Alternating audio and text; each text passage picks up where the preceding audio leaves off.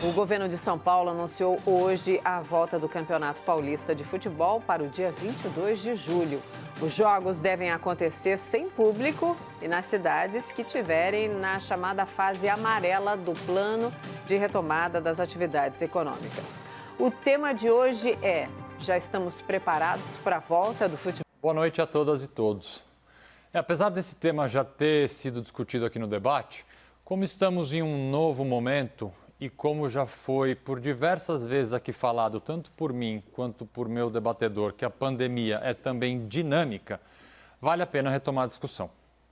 Estaria o estado de São Paulo e o resto do Brasil prontos para a volta do futebol? Antes de responder a essa pergunta, vamos refletir sobre o que realmente está por trás dessa proposta. Bom, em primeiro lugar está o dinheiro. Em segundo lugar, o dinheiro. Em terceiro lugar, o dinheiro. Cláudia, senta lá. E em quarto lugar, a tentativa de, pelo menos em parte, trazer de volta a sensação de normalidade.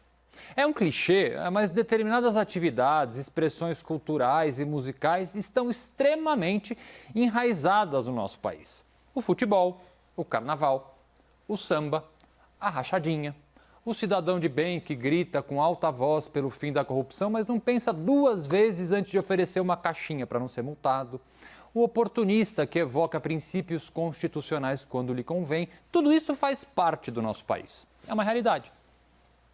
Depois de meses isolados, uns mais, outros menos, mas com certeza sem acesso a parques, restaurantes, comércios e escolas, não podemos dizer que mesmo quem pouco se isolou, nesses últimos tempos levou uma vida normal. Portanto, a volta do campeonato de futebol tem também um caráter, assim, digamos, psicológico. Olha lá, está tudo voltando ao normal. Eu posso finalmente assistir com meus amigos, meu time do coração, jogar aos domingos. Eu já trouxe aqui, da outra vez que debatemos o tema, uma realidade. O futebol é um esporte de contato, em que os jogadores se encostam, suam, cospem, gritam uns com os outros, gritam com o árbitro, gritam com o adversário.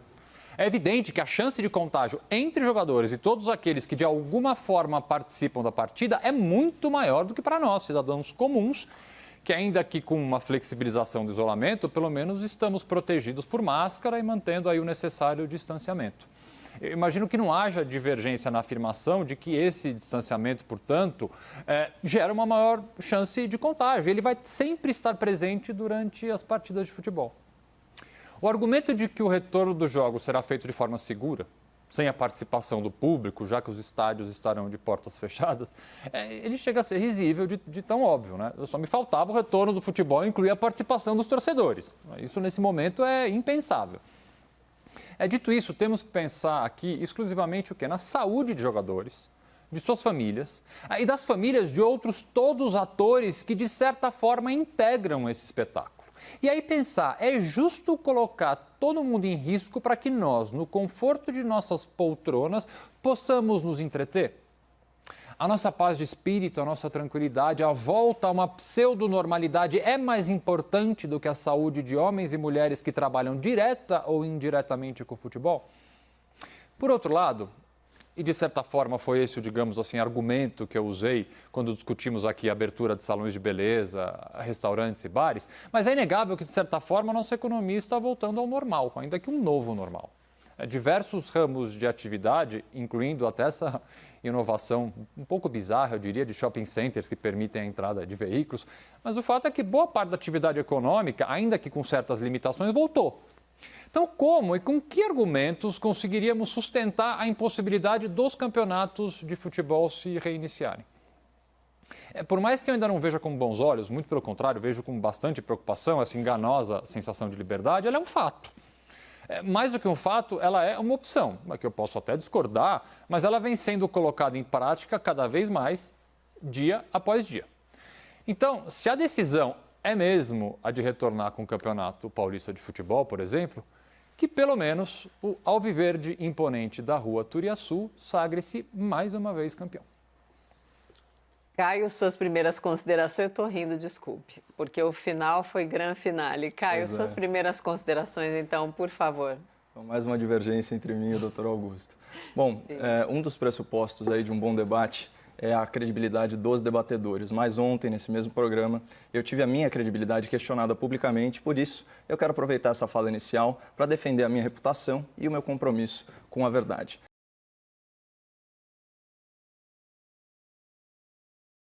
Em dado momento da minha argumentação, eu disse o seguinte, abre aspas, no contexto de uma doença altamente infectante, como a Covid-19, é muito difícil fazer um isolamento social efetivo. Tanto que os números de Nova York, que foi o epicentro da pandemia no Ocidente, deixaram isso muito claro. 2/3 das contaminações em lockdown, que é uma versão aí mais severa de isolamento e quarentena, foram dentro de casa. Em uma resposta, por assim dizer, muito exaltada a essa minha colocação, o Dr. Augusto retrucou.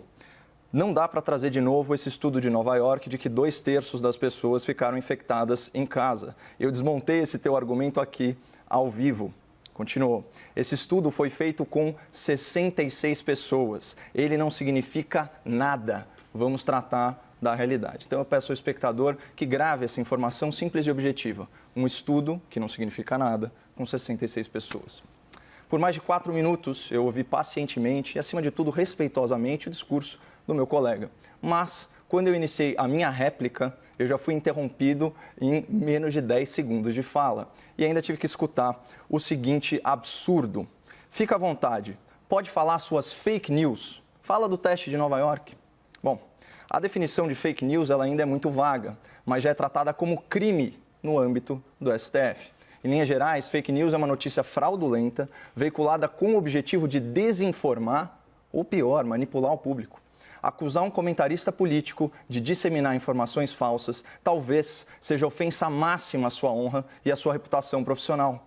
Seria como acusar um advogado criminalista de defender penas maiores para os seus clientes. Mas o Dr. Augusto foi além, insinuando que eu dissemino informações sabidamente falsas, ou seja, que eu minto intencionalmente para a audiência da CNN. Olha esse trecho. É inadmissível que você traga esse estudo de novo. Você sabe que é mentiroso, Caio. A gente aqui tem um papel como comunicador. Bom, após essas sucessivas grosserias, eu tentei lembrar ao meu debatedor que ele estava num ambiente de excelência. E aqui na CNN, a gente tem um manifesto que orienta, o que deveria orientar a nossa conduta profissional. Ele diz o seguinte no seu trecho final: fatos não são interpretações. Uma vez que os fatos já estão estabelecidos, opiniões podem ser formadas. É por isso que, na CNN, nós começamos com os fatos.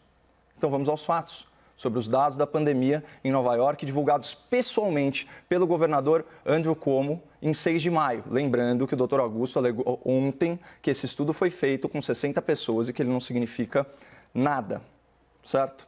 Fala do governador. Se você reparar, 66% das pessoas infectadas pelo vírus estavam em casa, o que é chocante para nós. E só para complementar essa informação do governador, outros 24% dos pacientes estavam em casas de repouso ou de assistência especial. Portanto, cerca de 90% das contaminações por Covid-19 em Nova York se deram em ambiente domiciliar. Isso em plena vigência de um isolamento social muito mais rigoroso que qualquer um aqui no Brasil. O governador, ele continuou. Nós pensamos que talvez eles, os pacientes infectados, estivessem usando o transporte público e tomamos precauções especiais. Mas, na verdade, não. As pessoas estavam literalmente em casa. Estavam trabalhando? Não. Agora, será que o governador de Nova York, no auge da pandemia, ia repercutir números de um estudo irrelevante feito com apenas 66 pessoas? Certamente não. E para comprovar isso, a gente pode consultar o serviço de checagem de fatos do Grupo Estado. O Estadão Verifica, que analisou o tema e cravou o seguinte, aspas, o governador Andrew Cuomo deu uma entrevista coletiva para falar sobre os dados coletados pelo Departamento Estadual de Saúde. Foram mais de 1.300 pacientes internados em 113 hospitais de todo o estado ao longo de 3 dias. O levantamento desenhou o perfil dos pacientes infectados nesse período. Pessoas com mais de 51 anos, somavam mais de 73% da amostra, e que estavam, adivinha, isoladas em casa. Ou seja, não se trata de um estudo insignificante com 66 pessoas, como afirmou ontem, cheio de certeza, o meu debatedor, mas sim de uma amostragem com validade científica, envolvendo mais de 1.000 pacientes em mais de 100 hospitais no epicentro da pandemia nos Estados Unidos. E aqui uma nota pessoal, percebam o absurdo de ser acusado de veicular fake news com base em uma informação completamente falsa. Fora que vários trabalhos científicos aí ao redor do mundo têm comprovado que é óbvio, pessoal, é principalmente em ambientes fechados que se dá a transmissão do vírus. Então, eu recomendo uma matéria publicada no The New York Times, intitulada How Safe Are Outdoor Gatherings? Ou Quão seguras são reuniões ao ar livre? Esse artigo ele traz um compilado de estudos que corroboram os dados coletados pelo Departamento de Saúde nova-iorquino. Só para vocês terem uma ideia, o estudo japonês, que se debruçou aí sobre 100 casos de infecção por Covid-19, estabeleceu que a chance de contrair o vírus na rua é 20 vezes menor. Uma outra pesquisa, dessa vez chinesa, mostrou que em 7.000 pacientes analisados, houve apenas uma contaminação ao ar livre. Uma epidemiologista de Harvard, professora Julia Marcus, chegou a afirmar, aspas, o ar livre é o que vai nos salvar. Esses são os dados atuais sobre a transmissão do novo coronavírus. Agora, a interpretação desses dados e as conclusões que a gente extrai deles, isso varia de pessoa para pessoa, de governo para governo, e isso faz parte do debate. Nova York, por exemplo, divulgou esses números, reforçando o fique em casa. Eu vejo esses números de outra forma. Eu me sinto muito mais seguro para defender a flexibilização da quarentena e a adoção do isolamento social focado em grupos de risco. E eu me pergunto, onde está a fake news aqui? Cadê a notícia falsa que eu supostamente divulguei? Então, como espectador da CNN, eu reitero o meu compromisso com a busca pela verdade e eu tenho humildade intelectual para saber que esse é um esforço diário e que eu posso, não só posso, eu posso e vou errar. E se eu me equivocar de forma relevante sobre fatos, vocês podem contar aí com a minha retratação, como inclusive eu já fiz em outras ocasiões. Então, muito obrigado aí pelo espaço e feitos os devidos e necessários esclarecimentos, vamos voltar ao debate que o tema é interessantíssimo. Muito claro, então, pedir uma gentileza aos debatedores sempre para a gente ficar, obviamente, no assunto, que nós determinamos. Vocês são notificados, todo mundo sabe o assunto, então podemos voltar ao assunto de hoje, por gentileza. Vamos lá ao debate, então? Eu acho que não. Eu gostaria de tratar, por exemplo, se Beatles é melhor que Rolling Stones. A gente tem essa liberdade aqui de simplesmente trazer o tema que bem entende. Eu acho que é melhor, doutor. Eu estou agora falando. Eu quero tratar sobre que banda é melhor. Eu acho esse tema, inclusive, bastante interessante. Ou a gente poderia tratar se pizza deve ser comida com ou sem ketchup. Sim, Augusto e Caio, por gentileza. Eu vou continuar. Eu vou responder apenas só duas. Uma questão para os dois, por gentileza. Claro, por gentileza, não é essa a intenção, da gente transformar isso num ringue, numa balbúrdia, não é essa a proposta do debate. A gente sempre abre o debate dizendo que são temas relevantes, com visões diferentes, para as pessoas em casa terem a sua conclusão. Então, eu peço que os dois tenham respeito ao telespectador, a mim e à CNN, e vamos então ao debate. Se vocês quiserem, numa outra vez, voltar a esse assunto de ontem e fazerem o debate, ok. É possível que a gente tenha uma coerência? Não, infelizmente eu vou ter que responder a 2 pontos da fala inicial do Caio. Sinto muito. Então, nós vamos cancelar o debate de hoje. Não, são bastante simples. Então, por favor, responda e depois a gente volta. Bastante rápido. Mas eu peço, por gentileza, que os dois tenham respeito ao nosso telespectador, a mim e à CNN, por favor. Claro. Respeito à CNN, quem faltou foi ele que desrespeitou o tema. Eu só estou reiterando o nosso compromisso diário. 2 pontos dele, são pontos que eu acredito que a gente vai ter, inclusive, uma concordância. Caio, no calor do debate, realmente, eu, ao invés de falar 66%, eu falei 66 pessoas. Foi um equívoco, espectador.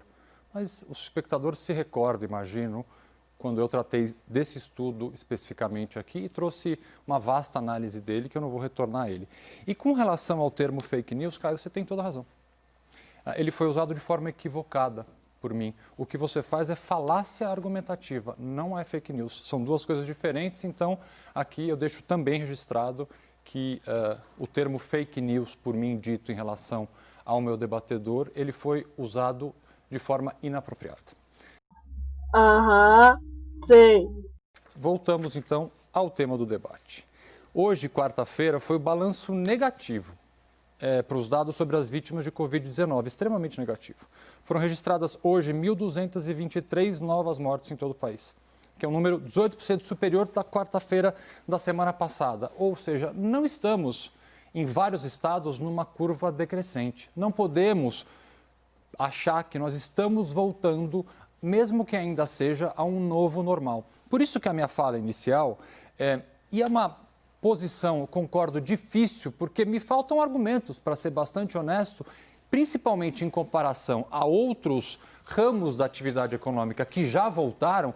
Qual seria a justificativa? E eu não consegui, por mais que eu tentasse, de alguma forma, trazer e fazer um exercício de reflexão, por que, já que não há participação do público, obviamente, por que os jogadores, por mais que haja, inclusive, volto a dizer, uma possibilidade maior de contágio, porque os jogadores se tocam e aí, obviamente, é um contato e um distanciamento muito difícil de fazer, mas que argumento nós utilizaríamos para dizer não, o futebol não volta? Mas temos que ter em mente que, primeiro, isso está sendo feito muito mais pelo dinheiro, como também a abertura de outros ramos da economia também tem esse critério. Mas nós precisamos ter em mente que o jogo de futebol, além de gerar um contágio maior entre os jogadores, tem um segundo perigo que, mesmo sem a presença do público no estádio, ele pode gerar uma aglomeração no entorno de bares. O jogo é de dia. Aqui na cidade de São Paulo, por exemplo, que os estabelecimentos podem ficar abertos até 5 da tarde. Se pessoas resolverem se encontrar para assistir um joguinho de futebol no domingo, é mais uma aglomeração. E por mais que todos os protocolos, e são vários, eu li o documento, é um documento bastante bem produzido, de certa forma, só que ele parte de uma premissa, e aqui é um ponto bastante complicado, de que os times de futebol são todos financeiramente a mesma coisa. Não são. Portanto, quando você fala, por exemplo, em adoção de protocolos de higiene, testagem, há uma previsão de testagem. Tem clubes de futebol que, infelizmente, às vezes do interior de São Paulo, às vezes dos rincões do Brasil, que não têm condição financeira, estão endividados, quebrados, não têm condição financeira como grandes clubes têm de fazer. Portanto, eu continuo, por mais que tenha dificuldade, e assumo essa dificuldade, de conseguir imaginar argumentos sólidos para dizer não voltemos ao futebol, me preocupa bastante este retorno, neste momento, principalmente diante desse dado de que os números de hoje, quarta-feira, foram 18% maiores do que a quarta-feira passada.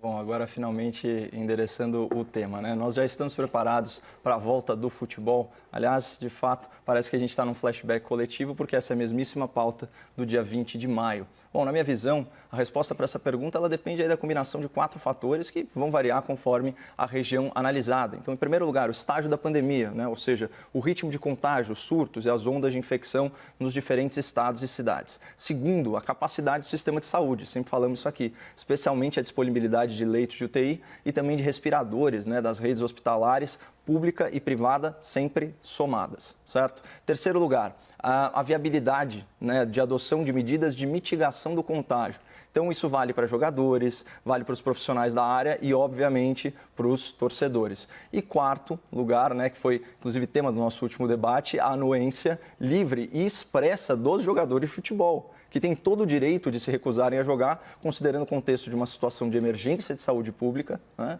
em face de uma doença que não tem vacina desenvolvida nem cura comprovada. Portanto, eu acho que, em âmbito nacional, o Brasil, na sua totalidade, certamente não está pronto para retomar todos os seus campeonatos esportivos, especialmente os campeonatos esportivos de contato. Mas, em âmbito regional, a coisa muda de figura. Por exemplo, eu reputo como acertada a decisão do governador do estado de São Paulo de autorizar a realização das últimas 6 rodadas do Campeonato Paulista, que totaliza 24 jogos, que estão previstos para iniciar em 22 de julho e o encerramento em 8 de agosto, né, com a realização da partida final. A pandemia aqui no estado, ao que tudo indica, está sob controle. Então, o pico de contágio e o pico de óbitos parece ter ficado para trás. Os números atingiram o que se chama de platô e se estabilizaram. E já é a segunda semana consecutiva que São Paulo tem uma queda no número de óbitos, né? Além disso, tanto na região metropolitana quanto nas demais áreas do estado, a ocupação média de UTIs é inferior a 2/3 da capacidade. E isso sem utilização da maior parte dos leitos da rede privada. Então, eu creio que do ponto de vista daqueles 2 primeiros fatores que eu falei, né, que eram estágio da pandemia e saturação do sistema de saúde, São Paulo está resguardado. Sobre o terceiro fator, que são as medidas de mitigação de contágio, né? A lista de condições aí acordadas entre as autoridades estaduais e os dirigentes dos clubes, ela é muito extensa. né? E eu, de fato, acredito na eficácia dessas medidas, claro, se elas forem implementadas corretamente. Então, ó, só para destacar aqui os principais pontos, né? Então, vamos lá. Estádio sem torcida, né? Evitando aí as aglomerações in loco. As partidas disputadas em regiões que atualmente são menos afetadas pela pandemia, né? Aqui a gente fala em regiões em fase amarela. Protocolos especiais de testagem, de proteção, de higiene para os atletas. Então, isso vai desde medição de temperatura até o uso obrigatório de máscara fora do campo, passando também por distanciamento no banco de reservas, a gente não vai ver mais eles tão juntos, né? E divisão do estádio em 3 áreas, né? Com diferentes permissões de acesso aos profissionais. Né? Então, limitação de credencial, de pessoal credenciado, só 200 indivíduos que vão estar distribuídos aí nessas 3 zonas. E o confinamento dos times, né? Se não me engano, são 15 ou 16, são 16 clubes, óbvio que é um número par.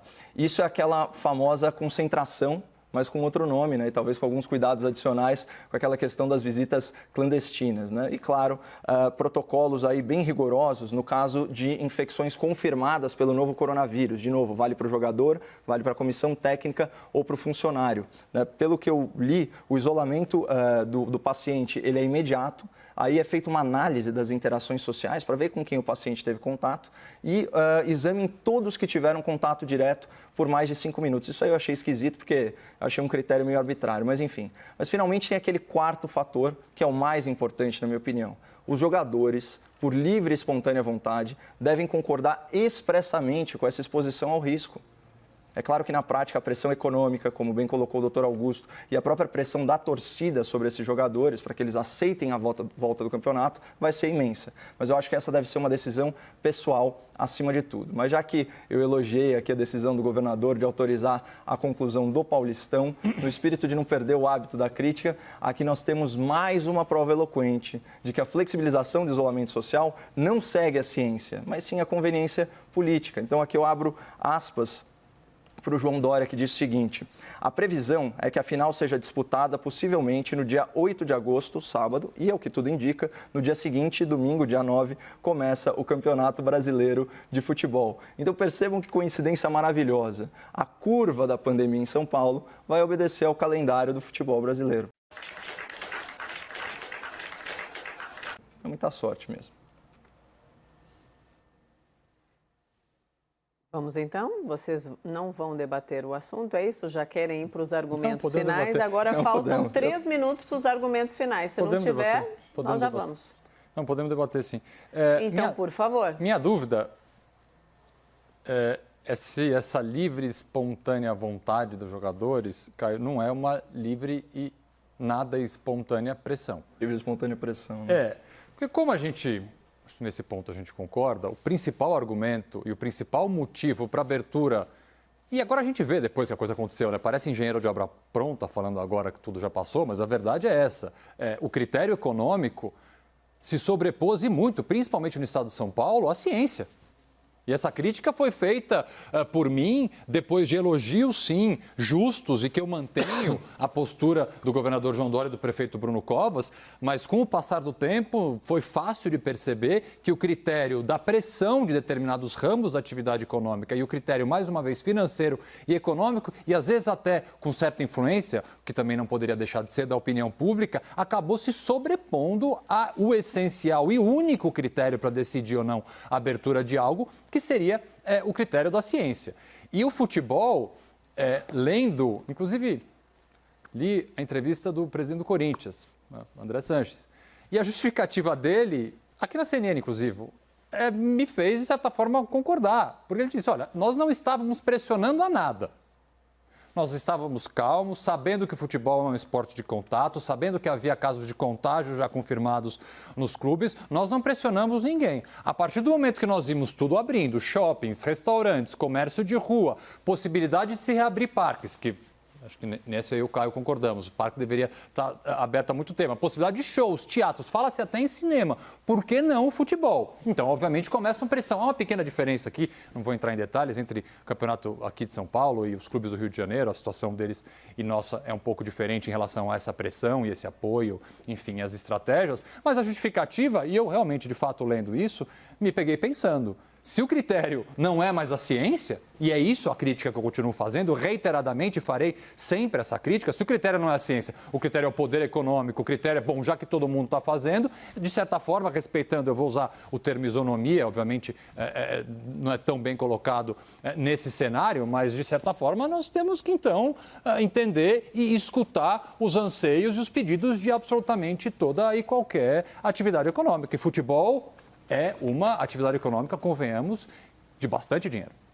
Portanto, fica aqui essa minha reflexão de que me faltam argumentos para dizer não, o campeonato não deveria voltar.